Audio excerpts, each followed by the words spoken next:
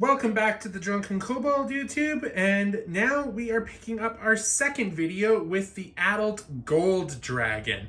This is sure to be a very impressive dragon, as this has some very unique features that are not on the other adult dragons.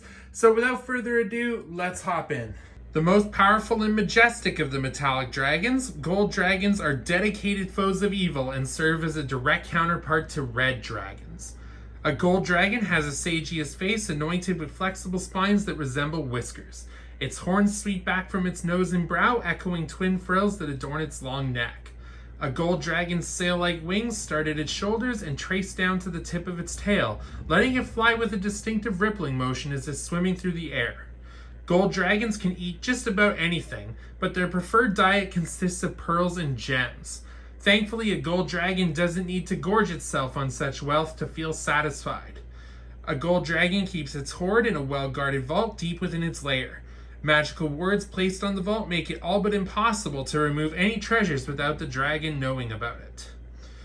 Gifts of treasure that it can consume are well received by a gold dragon as long as they aren't to be used as bribes. Adult gold dragons appear in the basic rules and in the monster manual and have a challenge rating of 17. I have to say that I am in love with this dragon. This paint job is everything I expected it to be, but one thing that I want to have a big nitpick about is the sculpt. This dragon is very compact in its pose, making it look a lot smaller and less intimidating than our other adult dragons. But if you are to take the length from its nose to the tip of its tail, it is one of our longest adult dragons to date and has a massive wingspan when considered that the wings do go from the shoulders to the tail.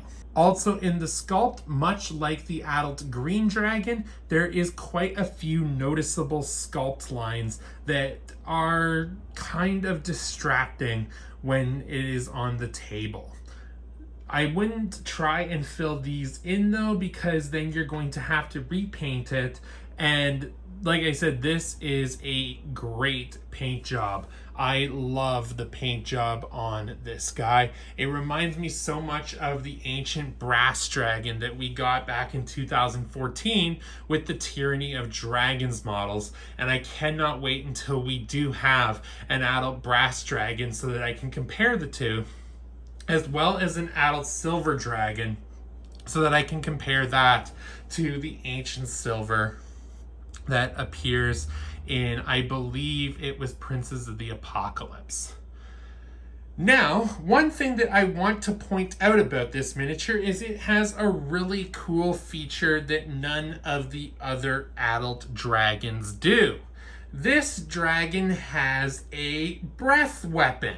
Yes, much like the blue Dracolich, this dragon has a breath weapon that can be added and removed from the figure, similar to the Colossal Red of miniatures past. However, how they approach this does leave a little bit to be desired.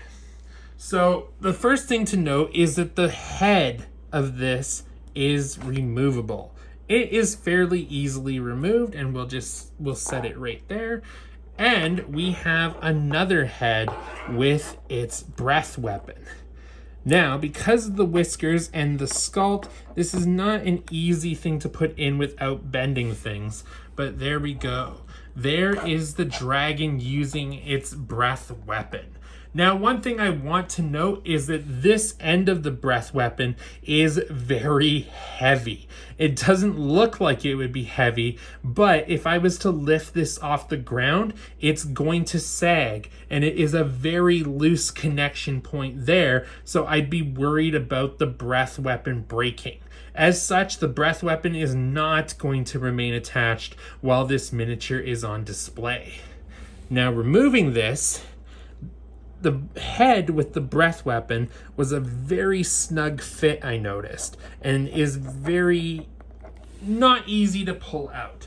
I don't know if this is consistent across the gold dragons, but it is also very annoying, meaning I probably won't be using the breath weapon as often. But this head is very easy to slot in and out, so that is also going to be the main reason why that head is the default head. So, what does this come in at price point? Well, if you have watched the adult green dragon video, you already know the answer to that, and that is 105 US. This is not a cheap miniature. So, all in all, I have to say that this does come in much better than the adult green dragon. I am giving this one an 8 out of 10 because I love the paint job, I love the versatility of this miniature, and I love this really cool feature. But again, those sculpt lines are super annoying, and the fact that this is such a ridiculous price point to me is, yeah, no, I cannot support these price points. Wizkids, please do something about your price points, because you're price gouging at this point, and I feel like you're going to alienate a lot of people in the age of 3D printing. Have you had a chance to look at the adult gold dragon? What are your thoughts? Let me know in the comments down below, and if you feel I deserved it, please leave a like and consider subscribing. And in the meantime, cheers, and may the rolls be with you.